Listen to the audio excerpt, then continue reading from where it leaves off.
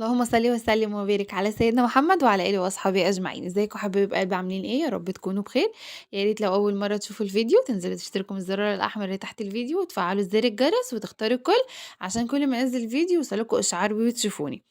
النهارده هنعمل إيه؟ باقول لكم أهو، باقول لكم أنا أول مرة أعمل لكم روتين الصبح بقى والشمس طالعة ومش قادرة أفتح عيني أصلًا والله، فلازم تحطوا لي لايك، أهم حاجة شجعوني وحطوا لي لايك عشان أعمل لكم فيديوهات من دي كتير. لو خدتوا بالكم هو كانت الشمس بتيجي وبتروح، كان الساعة دلوقتي كانت حوالي عن الساعة 14:00 والله، بس كانت الشمس بتيجي وبتروح، بتيجي وبتروح. المهم فتحت كده البلكونة بتاعة أوضة الأطفال، وقُلت بقى يعني إيه عليها الدور هي كمان النهارده كده، أنا عملت الأوضة بتاعتي، نيجي بقى على الأوضة بتاعة الأطفال، يعني كل يوم نعمل حاجة كده، مش لازم بقى نحط كل حاجة فوق دماغنا، اللي هو نمسك البيت كله فوق وتحت، وتحت وفوق وكل حتة في البيت، لأ، ما إحنا نعمل على قدنا يعني، صحتنا دي إحنا مش لاقيينها ببلاش يا جماعة. زي ما أنتم شايفين كده البلكونة بتاعتي العسل القمر دي متبهدلة، إحنا البيوت بتاعتنا يعني البيت بتاعنا يعني أنا وسلايفي وكده على طريق، كل البلكونات على طرق عامةً، على طول مُعرّضة بقى للأتربة والحاجات زي كده يعني. والله العظيم البلكونة دي بالذات يعني 3 أيام، يومين بالضبط، وبتطرّب وبتبقى شكلها زي ما أنتم شايفين كده. المهم كنستها وهاشيل بقى الحاجات اللي فيها كلّها إن كان أتربة أو أي حاجة عشان تبقى نضيفة، عشان أطلّع عليها إيه، اللحفة بقى والسجاد والحاجات بتاعة الأوضة، لإن إحنا هنعمل الأوضة يعني إيه، تنضيفة بنت ناس محترمة كده، مش يعني مش كروتة اللي هي التنضيفات بتاعة كل يوم اللي بتدخلي تطبّقي السرير، لو السجادة عليها حاجة بتكنسيها، لو الحيط عليه أي حاجة بتمسحيه، الكلام دوّة اللي هو بتاع كل يوم دوّة يعني لأ.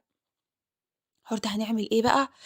هنعمل البلكونة وهنمسحها، هي مش متبهدلة، يعني أنتم لو خدتوا بالكم هي مش متبهدلة، هي بلكونتي مؤدّبة ومحترمة ونضيفة، فمش متبهدلة، أنا بس مسكت في الفرشة بس في الأول وشِلت الأتربة اللي كانت على السور وكده، وبعد كده مسحت إيه بقى جِبت شوية مَيّة ومسحت بيهم السيراميك وخلاص على كده، وزي لو أنتم خدتوا بالكم أنا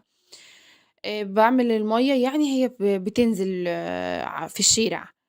في مكان يعني إحنا عاملينه في البلكونة بينزّل المَيّة وكده. وهاعمل إيه عشان بقى لمّا آجي أطلّع الحاجات بتاعتي أطلّعها على نضافة، هنا كده هاخد بقى اللحفة بتاعتي كلّها وهاشيل بقى السجاد،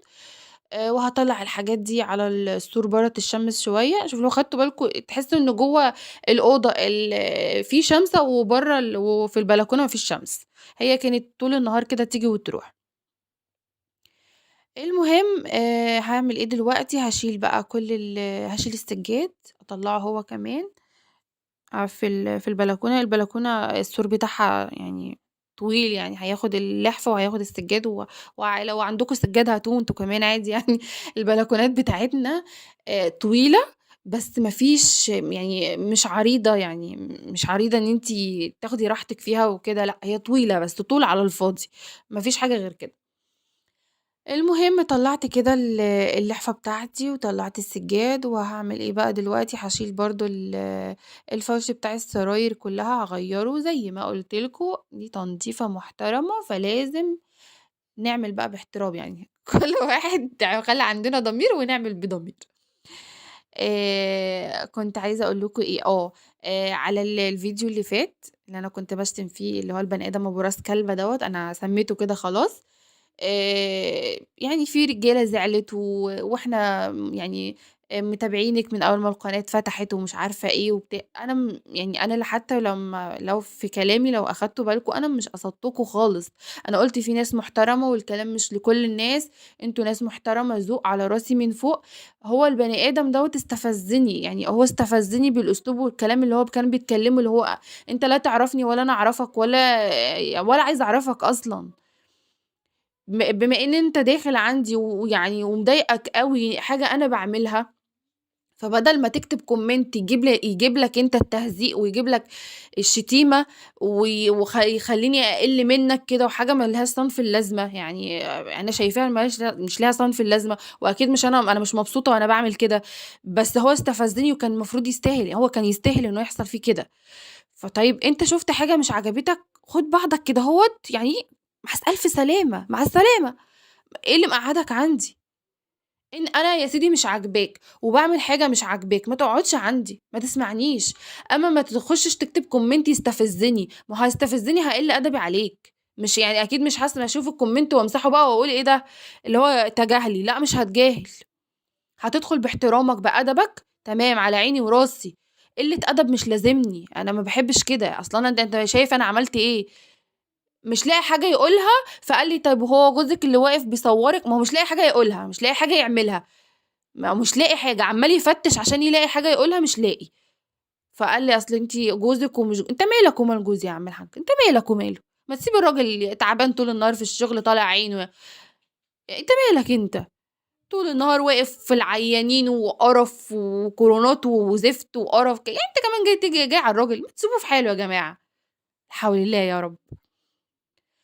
المهم يعني أنا خدت له حقه يعني، أنا طبعًا مش هاسكت، أنا خدت له حقه طبعًا يعني، من البني آدم أبو راس كلبة. المهم في ناس زعلت وناس قعدت تقول لي إحنا قُدام معاكِ في القناة وإحنا من أول ما فتحتِ أنا عارفاكم واحد، واحد، وعارفة كل واحد بيكتب لي comment كويس وكل واحد عنده ذوق كل واحد بيكتب كلمة بجد بتدُل على البني آدم دوّة طالع من أنهي مكان بالضبط. فأنتم ناس مؤدّبة وناس محترمة وناس ذوق وناس متربيين وناس ولاد أصول وناس عندكم ذوق ورقي وعندكم كل حاجة وعلى راسي من فوق، ما أقدرش أغلط في واحد فيكم أصلًا، بس البني آدم دوّة استفزني وغلط وكان لازم إن أنا أرُد عليه، وأنا الحمد لله رديت عليه وخدت حقي. المهم يا أمورات عملنا إيه دلوقتي، غيّرنا كده الفرش بتاع السرير، المخدة دي باردة أوي، أوي أقسم بالله تعبتني، تعبتني حرفيًا. ما أعرفش كيس المخدة هو اللي مش محترم والّا المخدة اللي مش محترمة والّا إيه بالضبط، المهم قعدت بقى والله العظيم قعدت ييجي 10 دقايق ألبّس بس في المخدة، لمّا تعبت والله العظيم تعبت. هنا كده أنا هاغيّر معاكم أصلًا السرير ده بس والسرير التاني هاقعد مع نفسي كده. على فكرة أنا عملت الأوضة دي في اليوم كلّه والله العظيم، ده مش كسل، بس ده أنا باشتغل بضمير أنتم فاهمين؟ شوف باقول لكم تعبت، تعبت والله العظيم، تعبت والله العظيم ما عُدت قادرة. اللي هو أنا ما عملتش الأوضة كروَتة لأ، أنا أخدت الأوضة ديّة فحت وردم طول النهار كدهوّة عشان خاطر توصل لكم أو تطلع لكم باللون ده وبالشكل ده، أقسم بالله. اللي هو مش هاصحى كده أطلّع السجاد وأطلّع الفرش وأشيل الملايات والكلام دوّة وأعمل كلّه كروَتة و5 دقايق و10 دقايق والأوضة تخلص معايا في ربع ساعة، لأ، بصراحة لأ. الأوضة خلصت معايا طول اليوم، قعدت فيها طول اليوم أقسم بالله. بجد كنت باعمل حاجة وأقعد شُفت زي ما أنتم شايفين، أنا فرشت السرير في في ساعتين، نُص ساعة إيه، والله في ساعتين، ومسحت الأرض وكنست الأرض في ساعتين. وعمّالة بقى آجي ألمّع برضه أقعد لي ساعتين، فاهمين؟ طول النهار قاعدة كده بس بانضّف في الأوضة، أنا يا جماعة كده، أنا باحب لمّا أعمل حاجة أعملها بضمير، ما إيه المشكلة لمّا أقعد فيها طول النهار، إيه المشكلة يعني؟ ولا أي حاجة أقسم بالله. واليوم ده بقى ما كنتش عملت أكل، كان جوزي حبيبي محترم، والله العظيم الراجل ده محترم أقسم بالله كان جايب لي أكل النهارده جاهز، واللي هو مدلّعني مش مهيّصني الله الوكيل، وبيعمل كوباية شاي يا جماعة، الراجل ده فظيع أقسم بالله بيعمل كوباية شاي غلبت كوباية شاي بتاعة ياسمين عبد العزيز دي، اللي بتعملها لأحمد العوضي بتاعه دي، لا، لا، لا، لا، كوباية الشاي بتاعة جوزي حاجة تانية خالص، أقسم بالله حاجة تانية خالص، حكاية كده. اللي هو نتغدى بقى كده ويقوم يعمل لنا كوباية الشاي، يا نهار أبيض! لأ والّا لمّا ييجي بقى بعد ما نتغدى كده واللي هو وراه شغل بقى وخلاص والتليفونات عمّالة والصيدلية مقفولة ولازم يمشي، ادخل اعمل لي كوباية شاي الأول، بالله عليك ما تمشي إلا لمّا تدخل تعمل لي كوباية الشاي، باحس إن هي بتضبط دماغي طول النهار، ما أعرفش بيعمل فيها إيه، شكله برضه بيحط صباعه فيها زي ما ياسمين عبد العزيز بتعمل كده لأحمد العوضي، شكلها كده يعني. المهم عملت إيه كده دلوقتي، مسكت بقى لمّعت لكم الأوضة بقى جبتها لكم يعني جبت لكم مصارينها من جوّه، اللي هو مسكتها لمّعتها وخليتها بنت ناس محترمة، وزي ما أنتم شايفين إن الفرش ولون الأوضة ولون الباب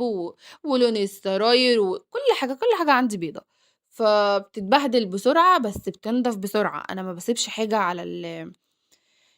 الفرش، على الحيط، على الباب، أي حاجة ما باسيبهاش، لمّا حتى مثلًا أكون أنا داخلة أجيب هدوم للولاد وكده من الأوضة وبتاع،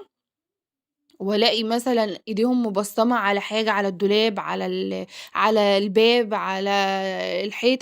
على طول في وقتها بالحقها وبتروح معايا بسرعة. ما باسيبهاش، لإن لو سِبتها هتتبهدل بصراحة وتبهدل المكان، وبعد كده أنا هاتعب فيها، يعني أنا هاتعب لمّا آجي أشيلها، وممكن لمّا آجي أشيلها أبوّظ الدنيا، يعني أنا ما باحبش السلك والكلام ده.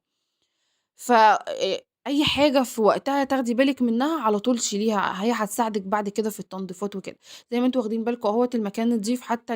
الباب نضيف وما فيش حاجة فيه متبهدلة وما فيش علامات أي حاجة عليه وكده يعني، المكان نضيف الحمد لله. على قد ما باقدر إن أنا باحاول أحافظ، وعلى قد ما باقدر برضه إن أنا باخلّي الولاد في مكان معيّن يقعدوا فيه، يلعبوا فيه، يتنططوا فيه، ما يعني ما يلفّوش في الدنيا كده. شُفتوا كوباية الشاي، شُفتوا كوباية الشاي؟ كان هنا بقى كنا اتغدينا كده، وعملنا بقى كوبايتين الشاي، وهو كان دلوقتي بقى مشي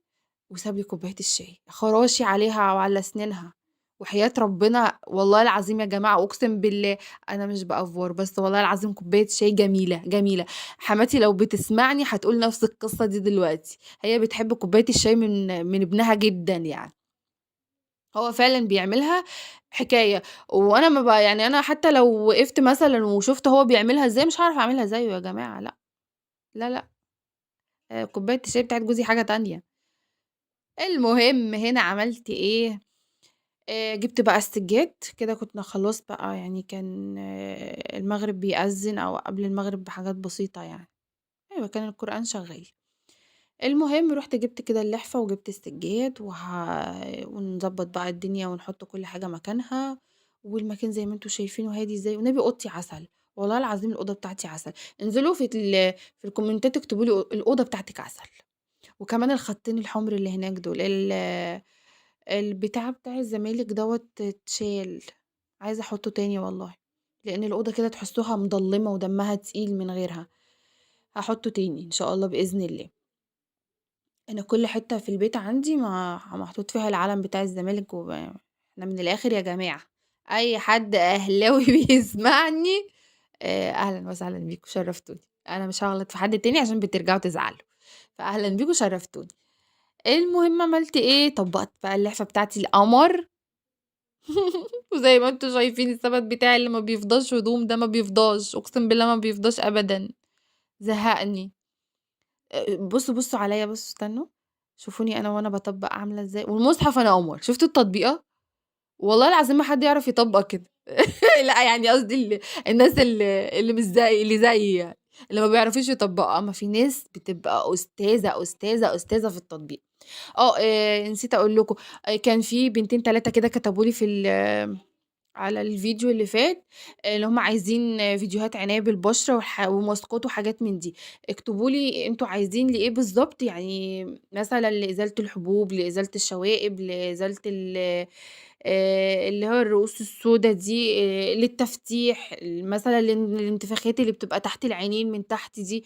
شوفوا أنتم يعني محتاجين إيه بالضبط وعرّفوني، اكتبوا لي أنتم محتاجين إيه بالضبط، وأنا إن شاء الله بإذن الله